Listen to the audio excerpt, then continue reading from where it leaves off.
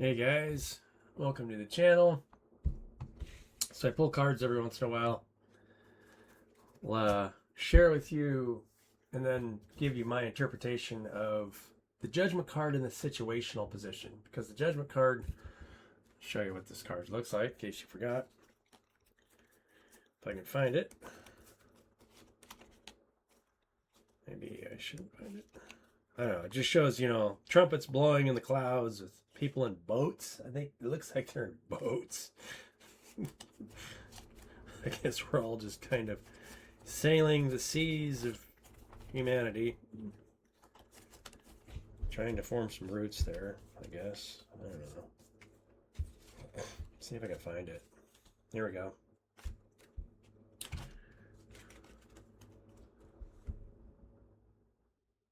Judgment card. So in the situational position, it says with judgment card in this position, as if you and the people around you are coming out of a profound trance. You are gaining greater powers of discernment about the interrelationships that support all life, thus breaking through barriers that formerly divided you. That paragraph actually defines a lot, and I'll try to explain it. Traditional business models, and if you guys watch this channel, you guys know how much I don't hate them. They're just a parasitic part of our life that is just part of how this place works, right? There's parasites live off of a host until the host dies, and then the parasite has to jump to a new host because the host dies. And in a traditional business model, that's exactly how it works, right? You have one person or a group of people, small group of people that are living off of the efforts of a larger group, the host, killing them slowly because they're just working for money. And then the small group or one person, a lot of times, are taking the majority of that energy to create their own sense of freedom. Very parasitic, very unhealthy relationship, and so it shortens lifespans. It gives a delusional sense of value for the people that are actually in the position that have more money because of the labor of people that they lived off of, right? Because it wasn't their efforts. They did make efforts to create that structure, but once it's set up and it's self-managing, if you can get it to do that, either that or it kills you to try and manage it, because right, then that's why all the laws are created for liability contracts and the way people, there's so much stuff that happens, and and try to labor protection laws, right? You're trying to protect people that are being used unproportionally. And basically every business out there is doing some kind of this. It's pretty rare to find a business where everybody's treated equally for their efforts. If you can find one, let me know in the comments. I'd love to hear about it.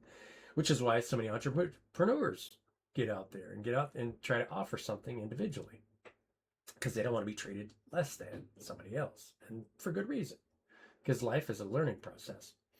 There's a really somebody that I'd followed for years, I'm not going to name him, made a statement on LinkedIn just recently, and the statement was this.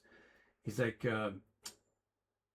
he said, it seems like poor people always have opinions about, seem to know it all, where rich people always seem to have questions and are always asking about things.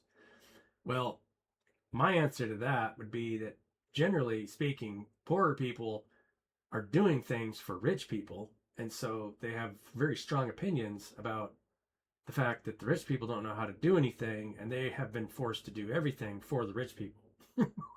So they are naturally going to feel like they're a know-it-all, at least in whatever they learned how to do.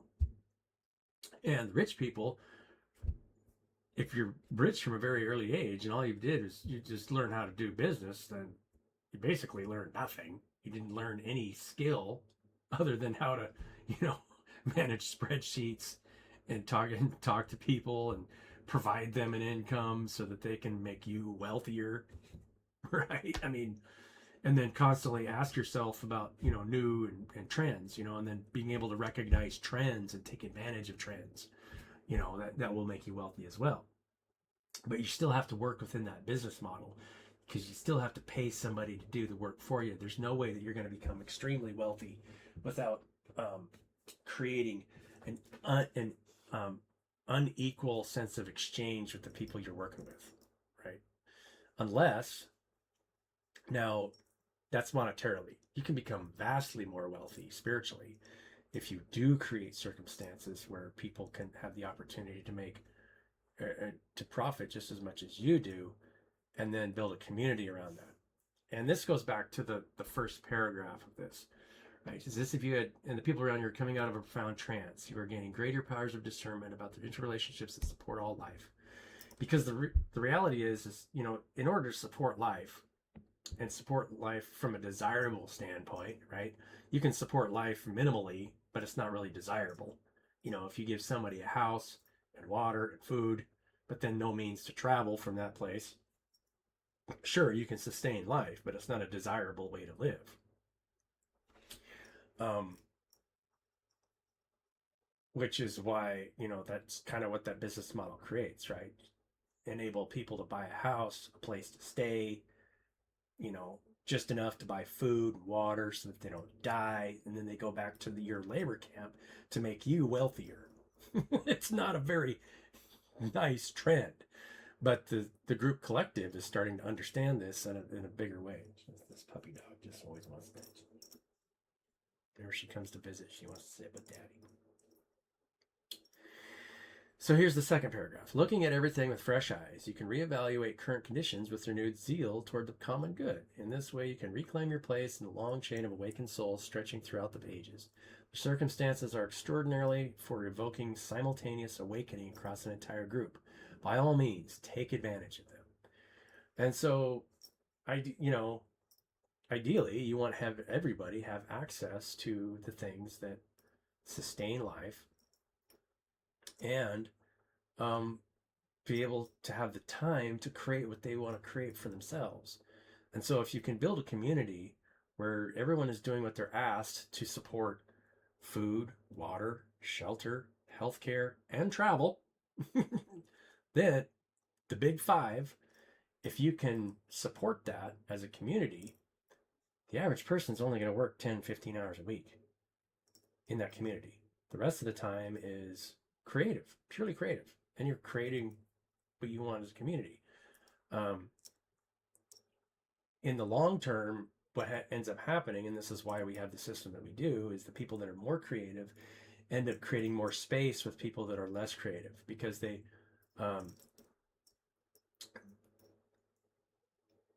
see that they're spending a lot more time on trying to create better conditions for the community where other people aren't. And so it ends up dividing, and then people get attached to things, worshiping the creation over the creator, those type of things. On the flip side, that I'm talking about all this stuff, we could just all become Jesus and just walk out in the wilderness and fast for 40 days and 40 nights and decide that we don't need any food or water, because our source is always ourselves. We are all our own source, and then we can heal ourselves, 100%. And then what's the point of this conversation? I don't know what kind of world you guys want to live in, but what do you want to live in, puppy? She's always hungry, and she always wants to be petted. So I'm sitting here rubbing her belly. I just wanted to give you guys something to think about today, and the psychological warfare, and which is basically spiritual warfare that goes on in community, especially now, because people are, if I became, let's say, a gamer, and all I did is stream games all day long, is that really supporting life? It's entertainment. And if you look at you're not really contributing in any way to any kind of food, shelter, water, utilities, travel, healthcare. Those things depend on people to do that work. And then, entertainment, if your whole life is poured into entertainment, then it gets to be a little bit, I guess delusional, as you say. And now if the community wants to support somebody that is extremely talented with a specific art, that's one thing. And it does, right? The community does support that, especially when you attract a lot of viewers. But you also have to stay grounded and be grateful for the experience and not take it for granted. And a lot of the most successful streamers kind of do that. You know, they express how grateful they are for the opportunity to be able to do what they love to do daily, because it takes a community to support that. And if there's no community to support it, then it won't exist. And we are seeing, and this is why the judgment card comes in this situational position, that people aren't getting as much support. You know, it's not interesting to watch somebody play a game for 8 hours. It's not interesting to you know, watch readers, you know, when I talk about tarot readers, read the state of everybody's emotional state all day long. You know, if we all became readers to just sit there and read people's emotional states all day long, that's not super fun. Eventually we have to come together as a community and decide what we want to build together, how we're going to support one another, to so that abundance is available for everybody. Because right now abundance is not available for everybody. It takes, in our current culture, it takes money to make money, because nobody's going to do anything that's going to help you make more money unless you give them money first. Where are you going to find it where it doesn't work that way? People believe in the power of the dollar, and so they worship it. They don't believe in the value of time shared between people. Why would I want to become a rich man and lose my soul? Try and gain the whole world but lose your soul. It's better to become a little bit more meek, a little more humble, and value the relationships that support all life, and make abundance available for everybody. Wouldn't you rather be able to spend time with a community that understands the value of equal exchange and be able to share everything that's available? The larger the community, that it just compounds. I mean, if you had a community of 500,000 people, let's say we can use 144,000 as an example. 144,000 people all working together as a community to build the community they want would be way more powerful than anything on this planet in recorded history. And you have all the time in the world. You don't have to build anything fast. You can build crystal castles, let them grow, and just set the right, you know. Anyway, love you guys. Something that I want to talk about on this channel, which is kind of the basis of this channel. Treat people the way you want to be treated. And I do my best daily to do that. And I fail in a lot of ways daily in that.